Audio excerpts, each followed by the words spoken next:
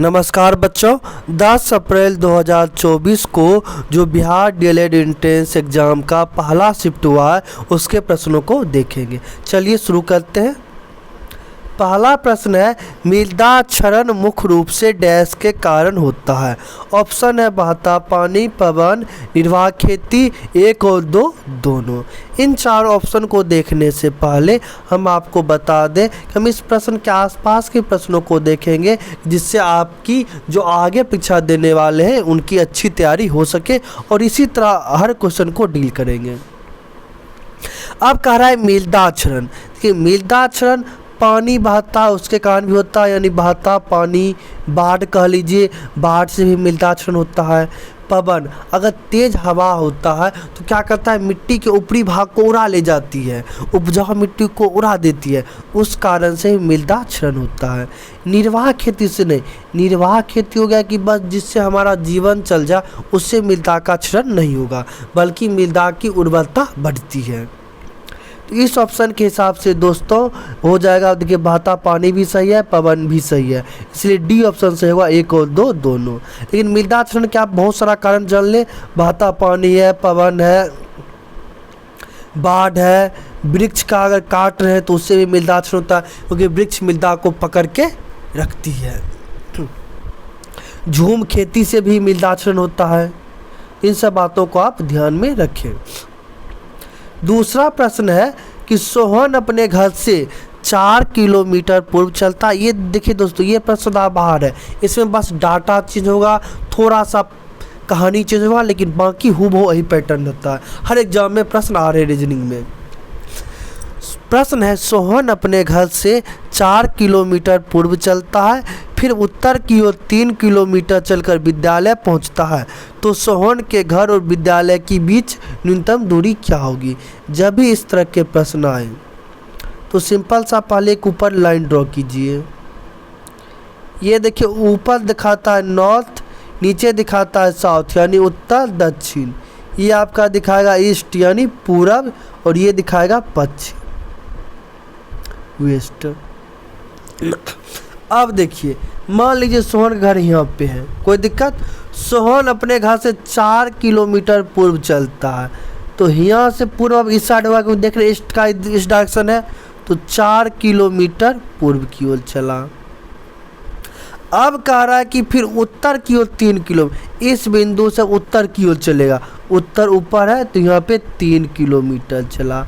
तो कह रहा है कि सोहन के घर और विद्यालय के बीच न्यूनतम दूरी क्या होगी।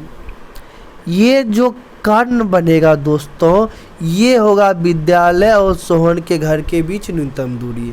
अगर पूछता यह कि सोहन ने कितना दूरी तय किया, कुल कितना दूरी तय किया, तब बोलते 4 3 7 किलोमीटर। लेकिन यहाँ कह रहा है न्यूनतम दूरी यानी विस्थापन पूछ रहा है। कभी कभार विस्थापन दे देगा, कभी कभार आपको न्यूनतम दूरी दे देगा। विस्थापन पूछ लेगा या कभी कभार न्यूनतम दूरी पूछ लेगा। तो आपने देखा 4 किलोमीटर पूर्व की ओर चला और फिर उत्तर की ओर 3 किलोमीटर चला, ये न्यूनतम दूरी हो गया।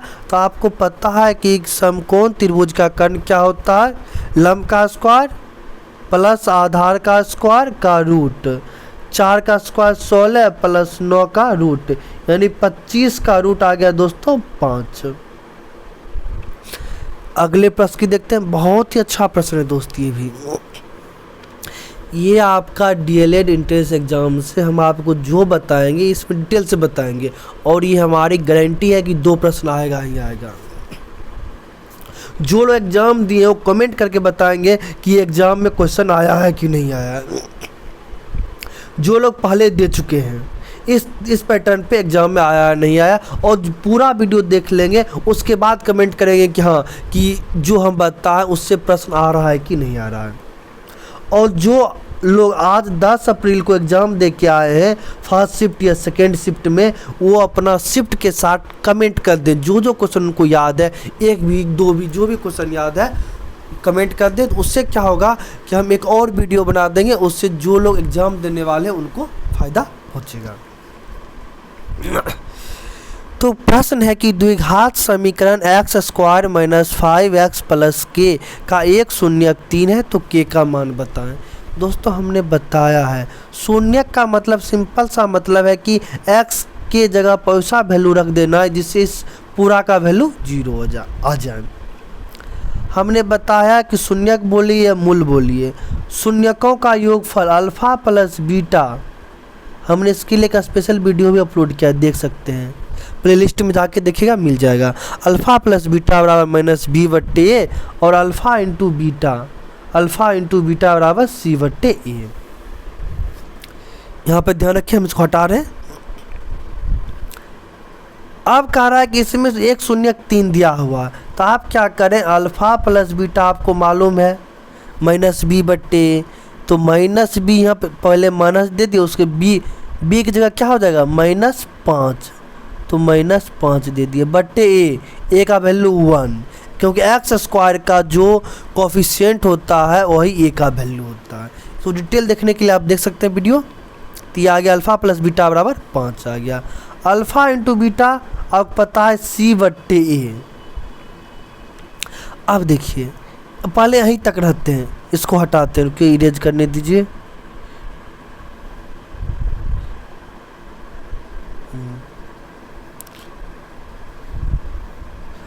अब सॉरी मिट गया। अल्फ़ा प्लस बीटा आपने क्या निकाला यहाँ पे 5। अब देखिए आपको एक शून्यक दिया हुआ, चाहे अल्फ़ा मान लीजिए चाहे बीटा मान लीजिए, उससे कोई दिक्कत नहीं है। अल्फ़ा प्लस 3 बराबर 5, तो अल्फ़ा बराबर 5 माइनस 3 बराबर 2, यानी आपको पता चल गया अगर अल्फ़ा बराबर 2 है, बीटा बराबर 3 है। अब क्या कीजिए, अल्फ़ा इंटू बीटा आपको पता है सी बट्टे, तो सी की यहाँ के का वैल्यू, जो भी यहाँ पे वैल्यू रहता है वो सी का वैल्यू होता है, तो के ए का वैल्यू पता है 1। आपको पता अल्फ़ा कितना आया 2, बीटा कितना आया 3, था के का वैल्यू क्या हो जाएगा, के बराबर अल्फ़ा इंटू बीटा 2 गुना 3 बराबर 6। यहाँ पर हमने पुट किया था वैल्यू, तो के का वैल्यू आ गया दोस्तों 6। इस तरह इस प्रश्न को डील करते हैं। तो आप सिंपल सा ध्यान रखें कि अल्फ़ा प्लस बीटा बराबर माइनस बी बट्टे ए, अल्फ़ा इंटू बीटा बराबर सी बट्टे ए। अगर जिन लोगों को थोड़ा भी डाउट है, हमने उसका लिंक डिस्क्रिप्शन में डाल दिया, जाके देख लें, या आप टेलीग्राम चैनल से टेलीग्राम पर जाएं, सर्च करें उपागम एकेडमी, वहाँ से ग्रुप मिलेगा, उसको ज्वाइन कर लें। वहाँ पे भी आपको द्विघात समीकरण का एक लिंक मिलेगा, उसको देख लें, क्योंकि हमने उसको बोर्ड पे दिखाया, तो बोर्ड पे हमको पढ़ाने में ज़्यादा सहूलियत होता है, इस कारण से वहाँ पे ज़्यादा अच्छे से बताया गया, क्योंकि यहाँ पे हमको स्पेस थोड़ा नहीं मिल रहा, इस कारण से उतना डिटेल नहीं बता पा रहे हैं यहाँ पे। चलिए, जो आप लोग आगे एग्ज़ाम देंगे उनके लिए कुछ इम्पोर्टेंट है, वो लोग देख सकते हैं, जो आगे एग्ज़ाम देने वाले हैं, जो एग्ज़ाम में बार बार पूछा जा रहा है। जैसे एसिटिक अम्ल किस में पाया जाता है, सिरका, पूछ लेगा कि सिरका में कौन सा अम्ल पाया जाता है, तो एसिटिक अम्ल। फॉर्मिक अम्ल किस में मिलता है, चींटी के डंक में, पूछ लेगा आपसे कि चींटी के डंक में कौन अम्ल पाया जाता है, फॉर्मिक अम्ल, जिसका आईयूपीए नेम है दोस्तों मेथेनोइक अम्ल। अचकचाना नहीं है, नहीं तो कंफ्यूज मत करिएगा, मेथेनोइक अम्ल, फॉर्मिक अम्ल को ही मेथेनोइक अम्ल भी कहते हैं। साइट्रिक अम्ल नींबू में, नींबू को यानी जो खट्टा पदार्थ है, जैसे संतरा हो गया, खट्टा तो सब है, अम्ल का स्वाद खट्टा होता है, लेकिन जो नींबू फैमिली में आता है, संतरा हो गया, नींबू हो गया, ये सब नींबू फैमिली का है, तो उसमें साइट्रिक अम्ल मिलता है। एसिटिक अम्ल मिलता है सिरका में, फॉर्मिक अम्ल चींटी के डंक में। दही में कौन अम्ल पाया जाता है दोस्तों, लैक्टिक अम्ल। पालक में कौन अम्ल मिलेगा, ऑक्जेलिक अम्ल। आगामी डीएलएड एंट्रेंस परीक्षा के लिए काफ़ी इंपॉर्टेंट क्वेश्चन है। अब देखिए, एस्कॉर्बिक अम्ल जिसको विटामिन सी भी कहते हैं, आपसे यह पूछेगा, बहुत बार पूछा जा चुका है दोस्तों कि विटामिन सी में कौन अम्ल पाया जाता है। विटामिन सी में एस्कॉर्बिक अम्ल मिलता है। आंवला में पूछ लेगा कौन अम्ल पाया जाता है, तो आंवला में भी एस्कॉर्बिक अम्ल मिलता है।